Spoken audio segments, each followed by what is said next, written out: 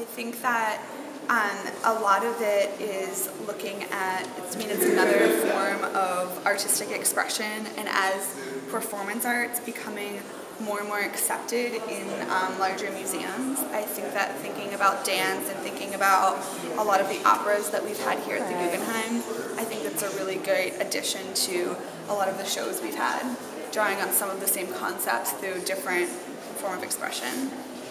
Do you think the sort of aspect of that has really encouraged the museum as well? And you know, the museum's all excited to like try new stuff, so it's a great collaboration because the Guggenheim's been doing a lot of challenging exhibitions and really exciting stuff, and to bring that aspect of it in and relate it to the exhibitions that we have, I think that just adds another layer in it. And it's also, I think it's nice because it draws lines and makes correlations between different art forms, and more in the world today it's about collaboration and bringing live performance into gallery spaces and museum spaces, which implies a sense of time, because you put a painting on the wall, it stays on the wall, but you know, forms such as dance and music exist in time and introduces the element of time into the works of art.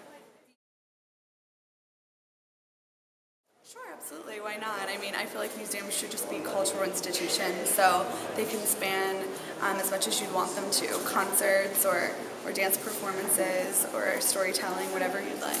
I like that sort of open-ended answer to what a museum can be. And what do you think? How would you feel about? Absolutely. Yeah, I think so, because, I mean, especially this museum because of the space. And we've had so many different dancers and musicians come here and perform, and it's been kind of like, you know, it's been a really fascinating sort of thing to see. That's the way the space is used kind of affects their work, right, and it affects the way the audience sees it, because sometimes there are performances where the audience is only on the main floor and the dancers are all the way up, but we still see them to some degree, and you know, I think that kind of challenge is pretty interesting. So many of the venue for dance performances. I don't think it's about appropriate or inappropriate, but I think it's about pushing the limits and constantly taking the next step creatively, both for the artists, the collaborators, and for the museum viewers.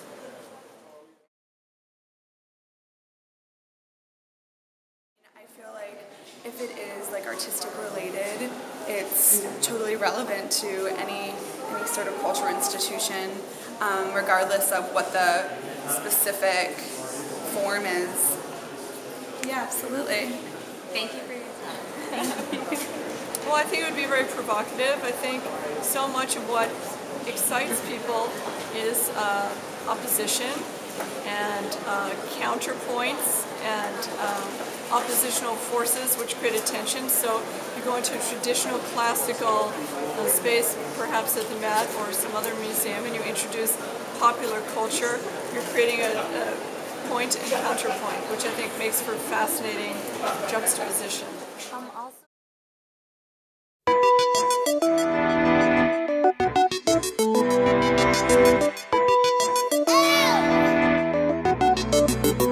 Man, I'm looking for the good life, something that you can't imagine, something you don't know. Man, I'm looking for the good